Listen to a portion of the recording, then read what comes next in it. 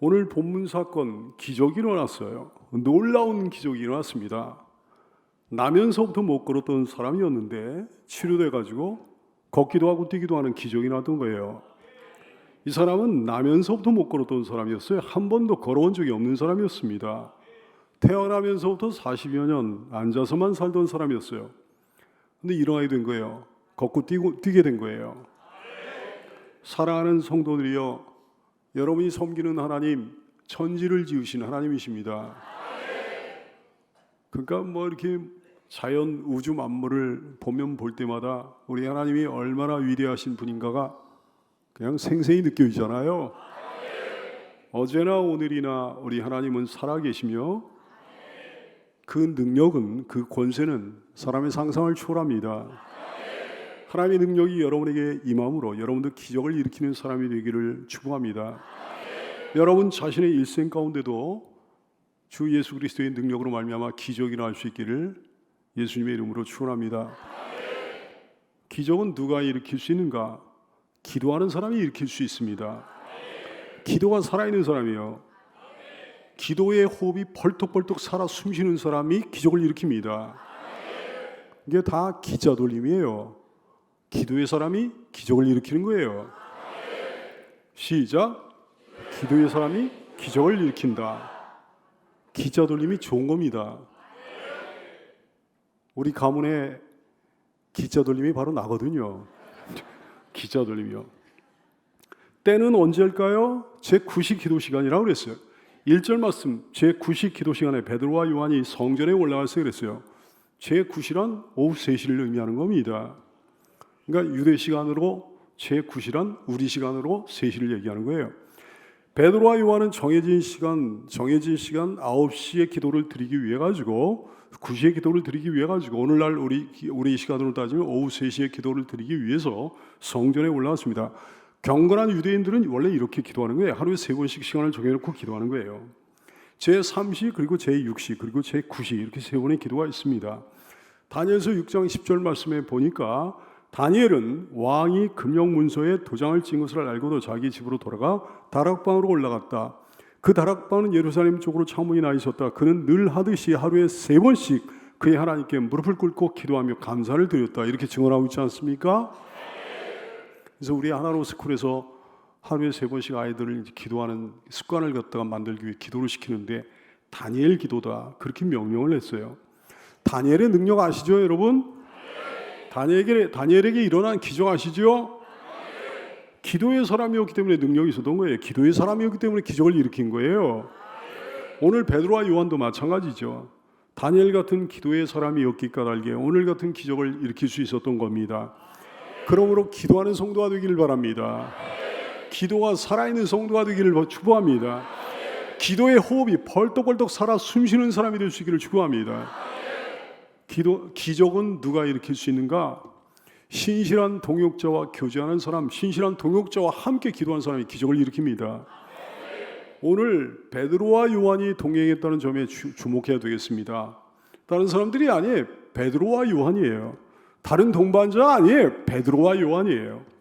참 끼리끼리 노는 것 같습니다. 베드로와 요한은요, 사도 중에 사도였습니다. 가장 위대한 사도들이었어요. 한 사람은 예수님의 수제자입니다. 다른 한 사람은 예수님이 가장 사랑하시는 제자였습니다. 이 사람들은 함께 교제하고 함께 기도하고 함께 사역했습니다. 정식 기도 시간에도 따로따로 기도하러 가지 않고 둘이서 함께 기도하러 성전에 올라간 거예요. 끼리끼리의 원리를 체득하는 여러분 되시길 축복합니다. 끼리끼리의 원리를 체득하는 게 인생의 능력이에요. 사실 부모가 되면 그러니까 나이가 들면 끼리끼리의 그 능력을 아니까, 끼리끼리의 원리를 어느 정도는 아니까, 그래서 내 새끼가, 내 자녀가 어떤 친구를 사귀는가 늘 주목해서 보는 거죠. 끼리끼리거든. 사랑하는 여러분, 여러분 주변에 어떤 신실한 친구가 있습니까? 신실한 사람을 여러분의 친구로 삼게 되기를 바랍니다. 신실한 사람과 끼리끼리 놀게 되기를 바랍니다. 하나님이 사랑하시는 것 같은 사람과 교제하게 되기를 바랍니다. 은혜 없는 사람과 쓸데없는 나쁜 그 교제하면서 허송세월 보내지 말고 신실한 사람과 끼리끼리 노는 여러분 되시기를 축복합니다. 신실한 사람과 신실한 사람이 함께하면 엄청난 파워가 나타나는 거예요. 100 더하기 100 해가지고 200 그런 뭐 힘을 발휘하는 게 아닙니다. 신실한 사람과 신실한 사람이 함께하면 시너지 효과가 일어나는 거예요. 신실한 사람과 신실한 사람이 함께하면 힘을 합치면 1000%도 되고 10,000%도 되는 거죠. 아무리 신실했던 사람이라도 신실하지 않은 사람과 함께 하잖아요. 그러면 힘을 잃어가게 되는 겁니다. 신실하지 못한 사람과 동역하거나 동반하면 50%, 30%, 10% 자꾸만 능력이 상실되는 거예요. 나중에는 완전히 마이너스가 되어버리는 거지. 자기가 원래 가지고 있었던 신앙 역량마저도 발휘하지 못하게 되는 거예요. 여러 번 봤습니다. 한두 번 본 게 아니에요. 그 좋던 신앙을 가진 것 같았던 사람이 말이죠. 불신앙의 사람과 어울리고 함께하면서 형편없는 모습으로 변해가는 거 여러 번 봤다 말씀이죠. 사랑하는 성도 여러분, 베드로와 요한을 보십시오. 이제부터라도 신실한 사람과 가까이하고 함께 교제함으로 놀라운 능력자 되기를 축복합니다. 신실한 사람과 함께 기도하고 함께 동역함으로 놀라운 능력자가 되시기를 축복합니다. 목사와 가까이 하는 게 당연히 좋지 않겠습니까? 동반하고 동역하는 게 좋지 않겠습니까? 주변에 은혜로운 성도들, 주변에 신실한 일꾼들과 가까이 하는 게 좋지 않겠습니까? 그렇게 함으로 오늘 베드로와 요한에게 나타났던 신령한 능력이 여러분에게도 나타날 수 있게 되기를 축복합니다. 오늘 나면서부터 못 걸었던 이 사람은 베드로와 요한을 만났는데 늘 해왔듯이 베드로와 요한에게도 다른 거 안 했습니다. 구걸을 했습니다. 2절 3절 말씀, 나면서부터 못 걷게 된 이를 사람들이 메고 오니 이는 성전에 들어가는 사람들에게 구걸하기 위하여 날마다 미문이라는 성전문에 두는 자라. 그가 베드로와 요한이 성전에 들어가려 함을 보고 구걸을 했다 그랬어요. 이 사람은 생활 방편이, 생활 수단이, 경제 수단이 따로 없었습니다.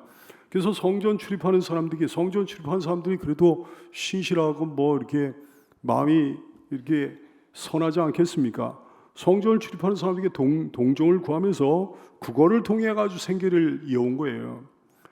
근데 베드로와 요한 사도를 만났는데 베드로와 요한 사도를 만나고 나서도 구걸을 하다니, 아니 여기에다 대고도 구걸을 하다니, 입에 풀칠을 잠깐 하고 또 그렇게 살다 죽을 건가요? 기왕 구하려거든 사도들을 만났으니까 치료를 구해야 되는 거 아니겠습니까? 사도들이여, 내가 사도들에 대한 소문을 익히 들었습니다. 저를 좀 고쳐주세요. 저를 위해 기도해가 저를 좀 고쳐주세요. 치료해주세요. 이렇게 구해야 옳은 거 아니겠습니까? 모처럼 사도들 만나가지고 고작 다른 사람들이 하듯이 구걸이나 하다니 말이죠. 왜 그랬을까요? 왜 이 사람은 사도들을 만났는데도 치료를 구하지 않고 구걸을 한 것이겠습니까? 이 사람이 사도들 베드로 사도와 요한 사도를 만났는데도 치료를 구하지 않고 구걸을 한 이유가 여러 가지가 있는데, 첫 번째, 자기의 문제가 너무나 오래됐기 때문에 그런 거예요. 이 사람은요, 나면서부터 못 걸었습니다. 한 번도 걸어본 적이 없는 인물이에요. 태어나면서부터 무려 40년간을 앉아서만 살았던 사람이었습니다. 그래서 그냥 거기에 익숙해져 버린 겁니다. 자기는 그냥 앉아서 구걸하면서 그렇게 평생을 살아야 되는 줄로 그렇게 생각하고 있는 거예요. 이 사람이라고 왜 다른 사람들이 부럽지 않았겠습니까? 이 사람이라고 왜 걷고 싶은 마음이 없었겠습니까? 하지만 너무 오래 그렇게 살다 보니까 언제부턴가 자기는 그렇게 평생 살 수밖에 없다고 여기고 있는 거예요. 포기해버리고 마는 것이죠. 문제가 너무 오래됐기에 그 문제에 관한 한 포기해버리고 마는 사람들이 많이 있습니다. 여러분도 솔직히 그런 게 좀 있지 않나요? 신앙적으로 옳지 않은 태도입니다. 가만 생각해 보면 이게 굉장한 불신앙입니다. 왜? 우리 하나님이 오래된 문제는 해결할 수 없는 분이 아니기 때문입니다. 우리 하나님이 뭐 막 생긴 문제는 강하고 오래된 문제는 약하고 그런 분인가요? 그러면 하나님이 전능하신 하나님이 아니시지 않겠습니까? 막 생긴 문제는 해결할 수 있는데 오래된 문제는 해결할 수 없는 분이 아니지 않습니까? 만약에 그렇게 여기고 있다고 한다면 그건 불신앙이죠. 요한복음 5장 5절 이하에 보니까 거기 38배 된 병자가 있더라. 예수께서 그 누운 것을 보시고 병이 벌써 오래인 줄 아시고 이르시되 네가 낫고자 하느냐 그랬어요. 38년 된 병자가 대답하되 주여 물이 움직일 때 나를 못에 넣어준 자가 사람이 없어 내가 가는 동안에 다른 사람이 먼저 내려갑니다. 낫고자 하는 마음은 있으나 그게 안 됩니다. 그랬어요. 예수께서 이르시되 일어나 내 자리를 들고 걸어가라 하시니 그 사람이 곧 나와서 자리를 들고 걸어왔다 그랬어요. 38년 된 병자를 치료해 주신 예수님이십니다.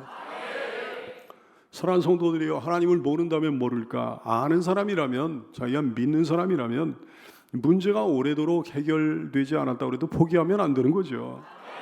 그 문제가 중요한 문제라면 포기하지 말아야 되는 거죠.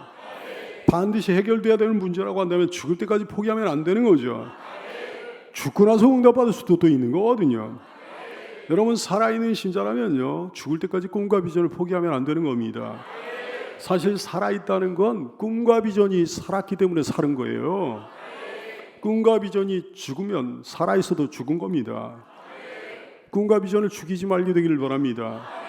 꿈과 비전이 살아있는 산신자, 꿈과 비전이 살아있는 산사람이 되기를 축복합니다. 오래도록 해결되지 않았던 가장 중요한 문제, 그래서 너무 오래돼가지고 포기할 수밖에 없었던 가장 중요한 문제, 까마득히 잊어버리고 있었던 가장 중요한 문제를 다시금 꺼내는 성도가 되기를 바랍니다. 그래서 들어주실 줄로 믿고 들어주실 때까지 인내하며 구하는 성도가 되시기를 축원합니다. 내가 살아있다는 건 꿈과 비전이 살았기 때문에 살아있는 것임을 다시 한번 기억하는 성도가 되시기를 축복합니다. 이 사람이 사도들을 만났는데도 치료를 구하지 않고 구걸을 한 이유 두 번째가요, 자기에게 진짜 필요한 게 뭔지를 몰랐기 때문에 그런 거예요. 그래서 사도들에게 자기가 뭘 구하면 좋을지 이걸 몰랐기 때문에 엉뚱한 걸 구한 겁니다. 당장 입에 풀칠하는 문제가 급하긴 급했습니다. 그래서 그걸 구한 거예요. 하루하루 먹고 사는 일이 문제긴 문제였습니다. 그래서 그걸 구한 거예요. 살기 위해서는 늘 그거를 했어야 되는 거예요. 그래서 그걸 구한 겁니다. 하지만 그거보다 훨씬 더 중요한 게 있었던 거죠. 치료받을 수 있다면, 걸을 수 있다면, 뛸 수 있다면, 그러면 이제 구걸 따위는 안 하고 살아도 되는 거 아니겠습니까? 치료받을 수 있다면, 걸을 수 있다면, 뛸 수 있다면, 그래요. 진짜 필요한 게 뭔지를 알아야 되는 거죠. 더 중요한 문제가 뭔지를 알아야 되는 거죠. 사람들이 이걸 잘 모릅니다. 진짜 중요한 문제가 해결되면요, 다른 모든 문제는 그 안에서 저절로 해결될 수 있다는 걸 잘 모릅니다. 아니, 진짜 중요한 문제가 해결되면 다른 문제는 해결되지 않아도 상관없다는 걸 모르고 삽니다. 그러다 보니까 나를 좀 걷게 해달라고 구하지 않고 입에 풀칠할 어떤 입에 풀칠할 거리, 그런 거리 좀 달라고 그렇게 구하고 있는 거예요. 이 사람 같은 사람들이 오늘날 우리 주변에도 굉장히 많이 있습니다. 입에 풀칠하느라고 바빠가지고 정작 자기한테 진짜 중요한 게, 진짜 필요한 게 뭔지를 모르고 사는 거예요. 사랑하는 여러분, 하루하루 입에 풀칠하는 것도 중요하다 합시다. 근데 입에 풀칠하면서 떼어넘기는 게 그게 중요한 게 아니에요. 그렇게 하루 이틀 수명이 늘어난다 합시다. 그래가지고 얼마나 산다고, 하루 이틀 수명이 연장된다 합시다. 그래가지고 뭐 하겠습니까? 죽으면 어떻게 되는지도 모르면서 그렇게 살다 죽을 건가요? 진짜 중요한 게 있습니다. 가장 중요한 게 있습니다. 본문에 나오는 사람에게 일어나 걷고 뛰는 게 가장 중요한 일이었듯이, 정말로 예수님의 이름을 만나는 것이 가장 중요한 일이었듯이, 오늘날 생존의 문제 급급하여 살고 있는 수많은 사람들에게 구원이 필요하다 말씀이에요. 영생이 필요하다 말씀입니다. 주 예수 그리스도의 이름이 그들에게 필요합니다. 가장 중요한 게 해결된다면 삶이 완전히 달라진다는 사실을 깨닫게 되기를 축원합니다. 보세요. 지금까지 이 사람의 행불행을 좌우했던 게 뭐였을까요? 이 사람의 행불행, 이 사람의 행복과 결과가 무엇에 의해서 좌우됐을까요? 구걸의 결과였을 거예요. 하루를 이제 결산해 보는 거예요. 동량통을 결산해 보는 거예요. 어떤 날은 동량통에 얼마 들어있지 않은 날도 있었을 겁니다. 그런 날은 행복하지 않았을 거예요. 어떤 날은 그냥 동량통이 수북한 거예요. 동정심 많은 부자를 만나가 동량통이 묵직해진 날도 있었을 겁니다. 그런 날은 기쁘고 행복했을 거예요. 그것이 고작 그것이 그의 나날을 좌우했던 거예요. 고작 그것이 그의 삶을 좌우했던 거예요. 고작 그것이 그의 행불행을 좌우했던 거예요. 여러분의 삶은 어떻습니까? 여러분의 삶은 이 사람보다 더 나은 삶인가요? 이제는 그 사람의 근본이 달라졌습니다. 이 사람의 삶에 혁신이 일어났습니다. 혁명이 일어났습니다. 위대한 변화가 일어났습니다. 이제는 구걸의 결과로, 고작 구걸의 결과로 삶이 좌우되지 않습니다. 고작 그것을 행불행이 좌우되지 않습니다. 아니, 이제는 구걸 자체를 안 해도 되는 삶으로 변화됐습니다. 여러분의 삶에도 이런 혁신이, 이런 혁명이, 이런 삶의 변화가 일어나게 되기를 축원합니다. 참으로 예수 믿어 구원받은 사람, 참으로 예수 믿어 영생을 얻은 사람의 삶은요 180도로 달라지게 되는 거예요. 지금까지는 수중에 쥐어지는 큰 물질이 삶의 행불행을 좌우해 왔어요. 물질이 부족하면 불행해졌어요. 물질이 두둑하고 풍족하면 행복해졌습니다. 그것이 그 사람의 나라를 좌우한 거예요. 그것이 그의 삶을 좌우한 거예요. 그러나 이제는 근본이 달라지게 되는 거죠. 그의 삶의 혁신이, 그의 삶의 혁명이, 위대한 변화가 일어나게 되는 거죠. 이제는 물질의 유무나 다소로 삶이 좌우되지 않습니다. 행불행이 좌우되지 않습니다. 이제는 물질 자체에 연연하지 않아도 되는 삶으로 변화되는 거죠. 주 예수 그리스도의 이름 때문에, 그분이 주신 구원으로 인해 여러분의 삶에 이런 혁신, 이런 혁명, 이런 위대한 변화가 일어나게 되기를 축원합니다. 이 사람이 사도들을 만났는데도 치료를 구하지 않고 구걸을 한 이유 세 번째, 이 사람이 한 번도 걸어본 적이 없었기 때문입니다. 앞서서 베데스다 연못에 38년 된 병자에 관한 본문을 갖다 읽어드리지 않았어요? 근데 이 사람은 38년 된 병자, 그토록 오래된 질병이었음에도 불구하고 치료받기를 포기하지 않았습니다. 낫고자 했습니다. 보고자 했습니다. 베데스다 연못에 들어가기를 원했습니다. 왜요? 본 적이 있었거든요. 38년 동안 못 보긴 했지만 본 적이 있었거든요. 근데 오늘 이 사람에게는 그런 소원이 없는 거예요. 왜요? 걸어본 적이 없었거든요. 한 번도 경험해보지 못한 일이었기 때문입니다. 언강샘신 꿈에도 바라지 못했던 거예요. 그렇습니다. 하나님의 기적을 한번 체험해본 사람은요, 그런 일이 일어날 수 있음을 알기 때문에, 믿기 때문에 다음에 또 구하는 거예요. 그러면 또 일어나는 거예요. 그리하여 하나님의 기적을 한 번 체험한 사람은 두 번 체험하고, 두 번 체험한 사람은 세 번 체험하고, 세 번 체험한 사람은 날마다 체험하며 사는 겁니다. 하나님의 은혜를 경험해 본 사람은 그 다음 날도 경험하고, 그 다음 날도 경험하고, 또 경험하고, 맨날 경험하며 사는 거예요. 근데 한 번도 체험해 보지 못한 사람은요, 그런 일이 자기에게 일어날 수 있다는 사실을 꿈에도 모릅니다. 그래서 구하지는 않는 거예요. 지식이 없습니다. 당연히 믿음도 없습니다. 그러니 당연히 기도도 없는 거죠. 그러는 중에 그 사람은 능력 없는 신앙생활, 체험 없는 신앙생활 하다가 일생을 마치게 되는 거예요. 죽고 나서 어떻게 되는지는 그건 잘 모르겠고요. 신학자들 가운데 그런 사람들 꽤 많습니다. 목회자들 가운데도 많습니다. 평신도들 가운데는 굉장히 많습니다. 사랑하는 여러분, 언강생심이 웬 말입니까? 세상에 처음부터 기적을 체험한 사람이 어디 있겠습니까? 출발선은 다 똑같은 거죠. 태어나서 걷지 못한 건 오늘 본문에 등장하는 이 사람만이 아니었습니다. 태어나서 걷지 못한 건요, 우사인 볼트 같은 사람, 그런 사람들도 마찬가지예요. 처음 태어날 때 걷지 못한 건 마찬가지예요. 신앙적인 체험도 마찬가지라 이게 출발선은 동일합니다. 그러므로 지금까지 한 번도 하나님의 살아계심과 역사하심과 그 위대한 능력을 체험해보지 못한 사람은 지금 당장 구해보게 되기를 바랍니다. 저도 저 사람들처럼 주님을 만나 뵙고 싶습니다. 저도 저 사람들처럼 하나님 능력을 맛보고 싶습니다. 저 사람처럼 예수님을 만나고 싶습니다. 저 사람처럼 구원의 기쁨과 소망과 감격을 누리기를 원합니다. 저 사람처럼 저도 천국을 한번 보게 되기를 원합니다. 반드시 들어주셔서 위대한 일이 일어나게 될 것입니다.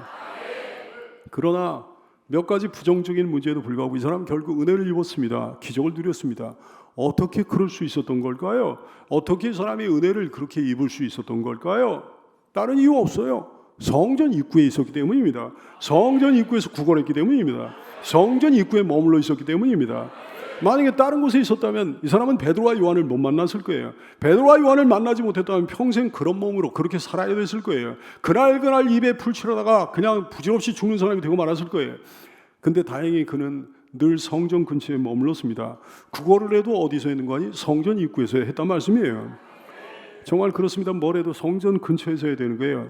자기 문제를 정확하게 인식하지 못한다 그래도 교회에 나와야 되는 거죠. 신앙적 체험이 아직 없다 그래도 교회에 나와야 되는 거죠. 그저 교회에서 머물면서 교회에서 문거적거려야 되는 거예요. 교회에서 가장 중요한 문제를 하나님께 구하지 못한다 그래도 뭔가 구해야 되는 겁니다. 고작 입에 풀칠한 문제 정도를 구한다고 해도 구해야 되는 겁니다. 진짜 구해야 되는 걸 안 구하고 덜 중요한 걸 구한다고 해도 구해야 되는 거예요. 정작 기도해야 되는 것을 기도하지 않고 덜 중요한 것을 기도한다고 해도 기도해야 되는 거죠. 그렇게 머물러 있을 때, 그렇게 뭉그적거리고 있을 때, 그렇게 엉뚱한 거라도 구하고 있을 때 기회가 찾아오는 법입니다. 뭉그적거리다가 은혜를 받게 되기를 축원합니다. 나면서부터 못 걸었던 이 사람은 정작 자기에게 필요한 게 뭔지를 몰랐지만 베드로와 요한은 이 사람에게 필요한 게 뭔지 정확히 알았습니다. 그래서 6절 말씀에 베드로가 이르되 은과 금은 내게 없거니와 네가 진짜 필요한 게 이것이지 않니? 내게 있는 이것을 내게 주노니 나사렛 예수 그리스도의 이름으로 일어나 걸으라 그랬어요. 이런 경우가 꽤 많습니다. 교우들을 가만히 보면요, 어떤 소원을 갖고 있긴 갖고 있는데 정작 더 소원해야 되는 걸 모르는 경우가 많이 있더라고요. 자기에게 시급한 문제, 진짜 중요한 문제를 목회자가 더 잘하는 경우가 많이 있습니다. 근본적인 문제, 정말 구해야 되는 문제, 간절히 손해야 될 문제가 내 눈에 훨씬 더 잘 띄는 거예요. 4절 말씀, 베드로가 요한과 더불어 주목하여 이르되 이랬어요. 그 사람은 주목했다 그랬습니다. 집중해서 바라봤다는 거죠. 사랑과 관심을 가지고 자세히 봤다는 거죠. 하나님께서는요, 목사에게 부모 같은 사랑을 주셨습니다. 그래서 저 성도에게, 저 사람에게 가장 필요한 게 뭔가, 여기에 대한 관심이 많은 거죠. 저분에게 가장 복된 길이 어떤 길인가, 이런 거에 대한 관심으로 가득한 거죠. 저분이 지금 어떻게 하면 좋은가, 이런 거에 대한 고민이 있는 거죠. 하나님 목사에게 이런 점들에 대한 분별력을 주셨습니다. 주님의 관점으로 생각하는 거예요. 영적인 관점으로 바라보는 거예요. 그러므로 목사의 권면을 따라야 되는 겁니다. 그 충고를 받아야 되는 겁니다. 사랑하는 여러분에게 뭐가 엉뚱한 것을 구하겠습니까? 가장 필요한 걸 권하는 거죠. 가장 복된 길로 권면하는 거죠. 따라서 반드시 그렇게 하라고 강력하게 권하는 것은 꼭 듣고 순종해야 되는 겁니다. 사랑하는 성도들이여, 목회자의 권면에 순종함으로 복된 길로 걸어가는 성도가 되기를 축원합니다. 베드로와 요한은 그에게 말했습니다. 우리를 보라 그랬어요. 우리를 의지하라는 거죠. 도움을 요청하라는 거죠. 사랑하는 여러분이요, 여러분이 목사의 도움을 요청하는 건요, 그거 아주 정당한 일입니다. 너무 당연한 일입니다. 목사의 중요한 직무 중 하나가 여러분 돕는 거잖아요. 성도들 가운데 막 독립심이 강해가지고 목사에게 아무것도 기대 안 하는 사람이 있습니다. 뭐든지 자기 혼자 주 앞에서 뭔가 해결해 보려고 그런 사람이 있어요. 나도 하나님 앞에서 왕 같은 제사장인데 뭐 그러면서 말이죠. 그런 사람들이 많으면 솔직히 편하기는 좀 편한데요, 한편으로 안타까운 마음이 있는 거죠. 독립심이 강해가지고, 독립성이 강해가지고 잘 되면 얼마나 좋습니까? 자기 혼자 해가지고 신앙생활도 잘하고 주님께 사랑도 많이 받고 또 은혜와 복도 많이 받고 충성도 하고 헌신도 하고 막 그러면 얼마나 좋겠습니까? 근데 그렇지를 못하니까 안타까운 거죠. 반면에 어떤 사람 목사를 의지합니다. 이런 분들 많으면, 목사 의지하는 사람들이 많으면 솔직히 좀 힘이 들어요. 어떨 때는 귀찮습니다. 이게 보통 일이 아니거든요. 근데 이런 분들을 위해 기도를 안 할 수가 없는 거예요. 부담이 되는 거거든요. 거룩한 부담이 되는 거거든요. 순수한 마음, 어린애 같은 신앙으로 목사 의지하며 신앙생활하는 사람이 기적이 일어납니다. 참 희한합니다. 한두 번 겪습니까? 안수의 능력은 목사는 안수와 안수받는 성도의 믿음이 어우러질 때 극대화됩니다. 똑같은 안수를 해도 안수받는 사람의 마음에 따라, 믿음에 따라 굉장히 달라집니다. 천국은 침노하는 자의 것입니다. 이제 세상살이 다 끝났어요. 이제 주님 곁으로 떠난 일만 남았습니다. 엘리야 이야기입니다. 세상을 떠나려고 하는 엘리야가 엘리사를 떼어놓기 위해 가지고, 제자 엘리사를 떼어놓기 위해 가지고 애를 쓰는 거예요. 야, 너는 여기 머물러 있어라. 여호와께서 나를 베델로 보내시느니라. 그럼 베델에 가가지고 이제 승천하려고, 주님 곁으로 떠나려고 그러는 거예요. 야, 너는 근데 안 떨어진 거예요. 너는 여기 머물라. 여호와께서 나를 여리고로 보내시느니라. 여리고로 가가지고 엘리사를 떼어놓고 이제 가려고. 근데 안 떨어지는 거예요. 너는 여기 머물라. 여호와께서 나를 요단으로 보내시느니라. 근데 엘리사가 찰떡같이 붙어가지고 안 떨어지는 거예요. 엘리야 곁을 죽어도 떠나지 않는 거예요. 엘리사의 말은 한결같습니다. 여호와께서 살아계신가, 엘리야 당신의 영혼이 살아있음을 두고 맹세하노니 내가 당신을 떠나지 않겠습니다. 엘리야가 막 지고 말았습니다. 그럼 너 어떻게, 이제 뭐 죽지도 못하게 생긴 거예요. 죽어야 되겠는데 죽지도 못하게 생긴 거예요. 주님 곁으로 떠나야 되겠는데 떠나지도 못하게 생긴 거예요. 야, 도대체 네가 원하는 게 뭔데? 엘리사는 대답합니다. 당신의 성령이 하시는 역사가 갑절이나 내게 있기를 원합니다. 천국은 침노하는 자의 것이에요. 사랑하는 여러분이요, 침노하는 자가 되기를 축원합니다. 우리를 보라는 말은요, 문자 그대로 자기들을 보라는 말이 아니에요. 자기들 안에 있는 예수를 바라보라는 거예요. 자기들 안에 있는 예수의 능력을 바라보라는 거예요. 자기들 안에 있는 주님의 말씀을 바라보라는 거예요. 사도행전 3장 5절 이하의 말씀, 그가 그들에게 무엇을 얻을까 하여 바라보거늘 베드로가 이르되 은과 금은 내게 없거니와 내게는 이것을 네게 주노니 나사렛 예수 그리스도의 이름으로 일어나 걸으라 그랬어요. 나를 바라보라 그래놓고 예수 그리스도의 이름을 얘기하는 거죠. 목사는 성도들에게 경제적인 도움을 못 줍니다. 어려움을 당한 분들이 있어도 실제적인 구체적인 어떤 도움을 못 주는 거예요. 하지만 이 종에게도 있는 것이 있습니다. 예수 그리스도의 이름입니다. 그러나 사실은 예수 그리스도의 이름, 그것이 더 실제적이고 현실적이며 구체적인 것이죠. 예수 그리스도의 이름보다 강하고 근본적인 능력은 없는 거죠. 예수 그리스도의 이름보다 실제적이고 현실적이고 구체적인 해결책이 없는 거죠. 은과 금도 능력이 좀 있기는 하지만 문제의 근원을 해결하지는 못하기 때문입니다. 사랑하는 성도들이여, 이 종 안에 있는 예수 그리스도의 이름으로 여러분도 능력을 얻고 문제 해결책을 얻는 성도가 되시기를 축원합니다. 이 강단을 통해 증거되는 하나님의 말씀으로 능력을 얻게 되기 바랍니다. 이 종의 기도를 통해 문제를 해결받고 응답을 받게 되기를 축원합니다. 다른 무엇보다도, 그 어떤 것보다도 종을 통해 증거되는 하나님의 말씀으로 예수님을 알게 되고 예수님을 영접하게 되고 가까이 나아가게 되기를 축원합니다. 여러분도 예수 그리스도 이름을 소유하게 되기를, 천국과 영생을 얻게 되기를, 주님의 일꾼이 되어 큰 칭찬과 상급과 영광을 얻게 되기를 축원합니다. 그래요, 여러분, 얼마나 존귀한 인생인데요. 입에 풀칠하다 죽겠습니까? 풀칠하다 죽겠습니까?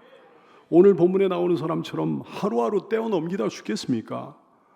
좀 많이 들어오면 행복해하고, 좀 뭐가 잘 되면 행복해하고, 적게 들어오면 불행을 느끼면서, 뭐 좀 안 되면 불행을 느끼면서 그렇게 하루하루 입에 풀칠하다 죽겠습니까? 이 종 안에 있는 예수 그리스도 이름을 여러분도 소유하게 되기를 축원합니다. 이 강단을 통해 제시하는 예수 그리스도 이름을 여러분도 바라보게 되기를 바랍니다.